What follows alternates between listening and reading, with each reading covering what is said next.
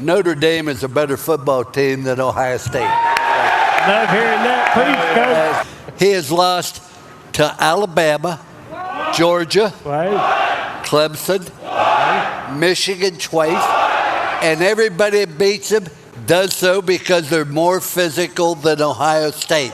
And I think Notre Dame will take that same approach. Playing the Irish here at night, it's difficult, but not impossible. Give me Bruce.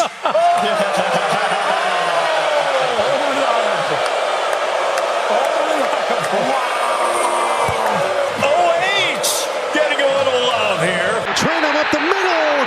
He's in. Touchdown, Ohio State.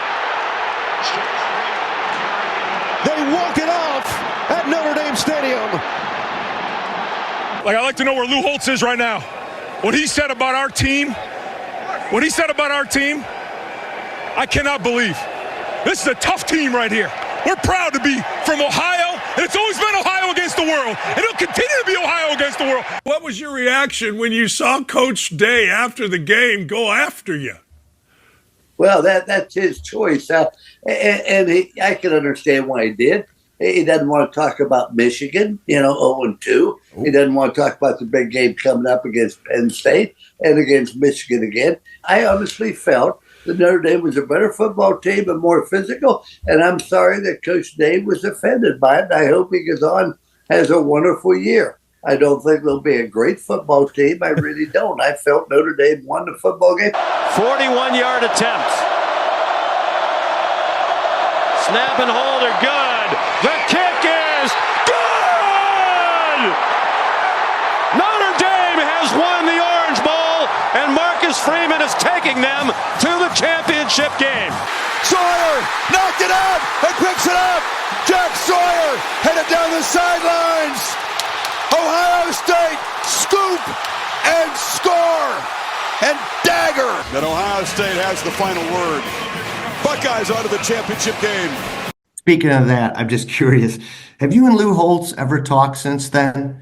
Have you, either patching things up or comments between you? No. Okay, thanks. So, I'm sure we all can agree that the 2023 Week 4 clash between the then ranked number 6 Ohio State Buckeyes and the number 9 ranked Notre Dame Fighting Irish was a defensive masterpiece that was ultimately decided by a few huge plays on both sides of the ball by both teams. But the last second TD by Ohio State loomed to be the biggest by far.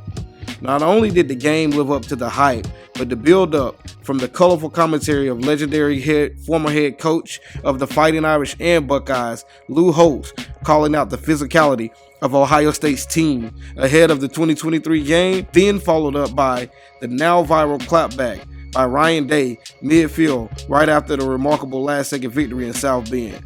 Like, I'd like to know where Lou Holtz is right now. What he said about our team. Not to mention the full circle moment for Irish head coach Marcus Freeman, former linebacker of Ohio State Buckeyes, now the head coach of the Irish. An NBC scriptwriter couldn't have written a better storyline. Notre Dame faced the low of all lows earlier this season after losing 16-14 to Northern Illinois. Side 53, but this is just from 35 yards to give the Huskies the lead. Snap good, hold good, kick good. Wow. Ask Mitch Jeter, and that's blocked at the line of scrimmage. And the Huskies are celebrating the biggest upset in their school's history. And Ohio State suffering a devastating defeat for the 4th straight year to their rival, the Michigan Wolverines. Got it up and good. And Michigan takes a 13-10 lead with 45 seconds to go. Michigan will defeat Ohio State for the 4th consecutive time and denies the Buckeyes a Big Ten title game shot.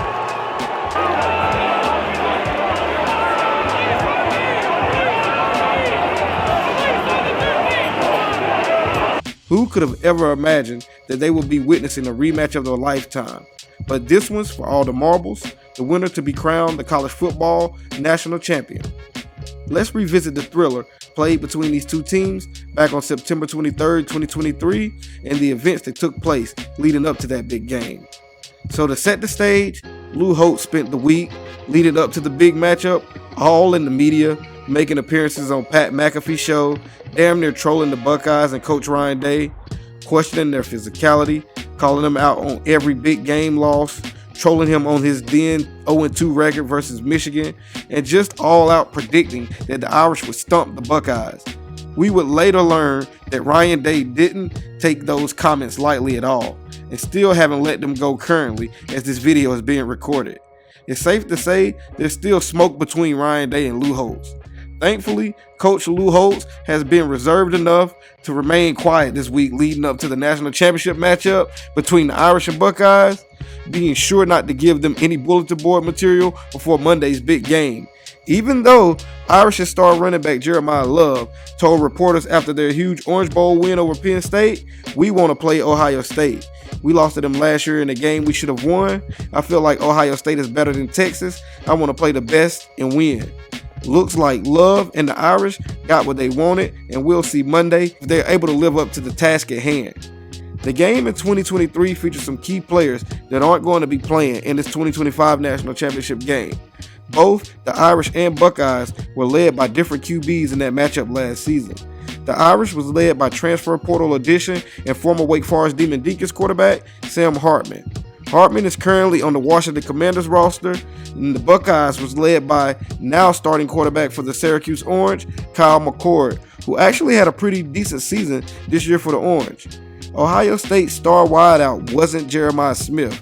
Believe it or not, he was still playing in high school football last year. They were led by another freak receiver, Marvin Harrison Jr., the son of Hall of Fame receiver Marvin Harrison Sr. and current wide receiver 1 for the Arizona Cardinals in the NFL.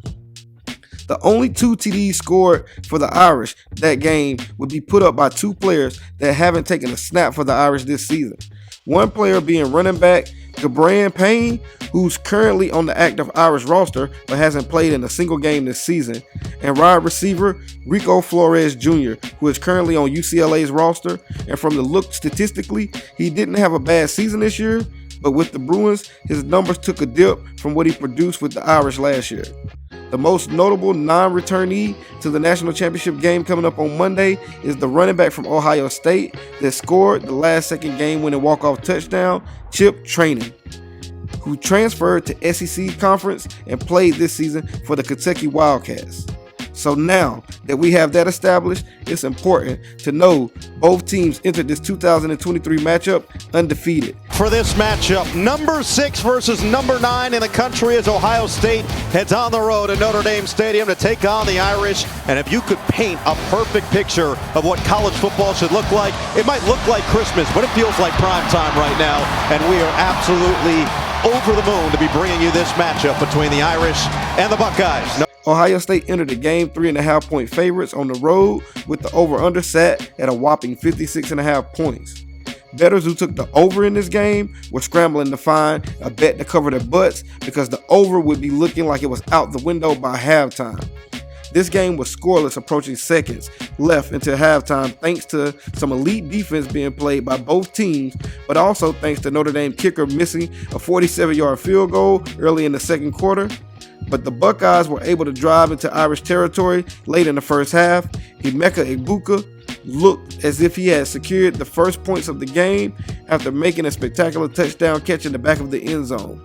That TD catch would be reviewed and overturned, and Egbuka clearly dropped the pass, which leads to the game first points of the first half, and which would give Ohio State a 3-0 lead going into the halftime. The Irish would receive the second half kickoff, and they drove the ball down into Buckeyes territory until the drive eventually stalled out. The Irish would be stopped on 4th and 1 on the Buckeyes 39, which led to maybe the biggest play of the game.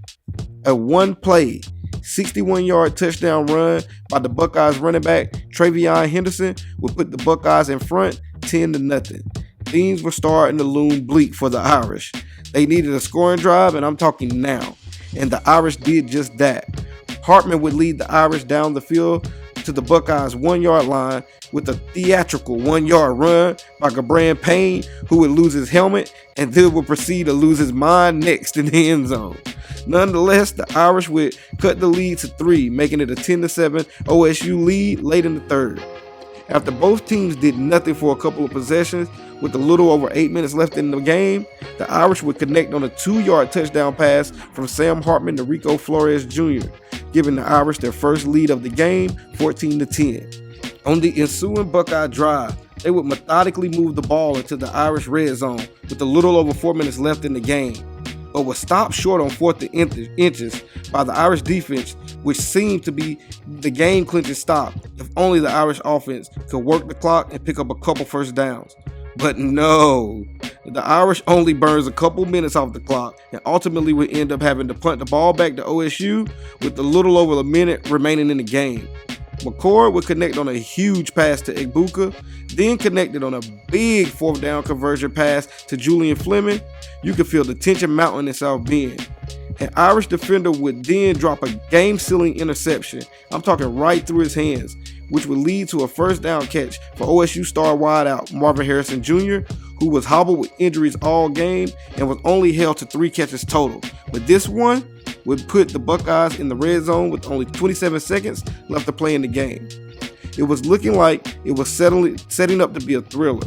The Buckeyes looked to be setting up for a walk-off TD until a 2nd and 10.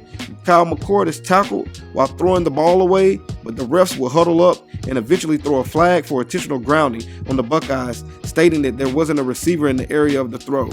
This would cost the Buckeyes crucial field position and also burning one of their remaining timeouts to save the 10-second runoff. Irish fans were lit. It was looking like the Irish was going to hold up and come up with a huge win in front of their home crowd. But once again, no. Kyle McCord will hook up with none other than Emeka Egbuka, the hero of the game, on a huge pass, putting Ohio State on the 1-yard line of the Irish with seconds remaining, setting up for an epic game-winning walk-off 1-yard touchdown by Chip Trayanum. But what was probably the most talked about aspect of the final play was the fact that if you look closer, the Irish only had 10 men on the field. Crazy, right? The biggest play of the game, and you're a defensive end short on the play where they basically ran the ball right at your weakness. Coach Freeman would go on to say later after the game that they were fully aware that they only had 10 men on the field, but they didn't want to risk a penalty by rushing the 11th player on the field on the final play, which led to the now viral soundbite from Coach Ryan Day calling out Lou Holtz. It sets up for what should be another classic matchup between these two historic programs in this year's national championship game between the Fighting Irish and Buckeyes. Not to mention the previous touchdown storyline of the Irish head coach Marcus Freeman, who played linebacker for the Buckeyes from 2004 to 2008. Coach Freeman was also a 2-time second-team All-Big Ten linebacker for the Buckeyes. Not only that, full circle connection between the two schools, legendary coach Lou Holtz, who was the last head coach of the Irish to win a national championship all the way back in 1988, was also the assistant coach on the coaching staff with legendary head coach Woody Hayes for the Buckeyes when they won the national championship in 1968. How's that for irony? One thing's for certain, the TV Giants aren't short of any storylines this national championship game. These two historic programs battling it out for college football's ultimate prize, a national championship trophy, and hopefully college football fans won't be disappointed with this highly anticipated rematch from the 2023 thriller in South Bend. If you made it this far in the video, please do me a favor, hit the like button. If you'd like to leave a comment down below, let me know what you think about the big matchup on Monday. Big rematch, I should say, on Monday. If you think the Irish are going to win, leave a Go Irish in the comments. If you think Ohio State's going to take the game, leave a Go Buckeyes. And if you haven't already, subscribe to the channel. Turn that notification bell on. This is some random sports dude with the microphone dropping my opinion as long as I always have this mic. And until next time, guys, I'm out.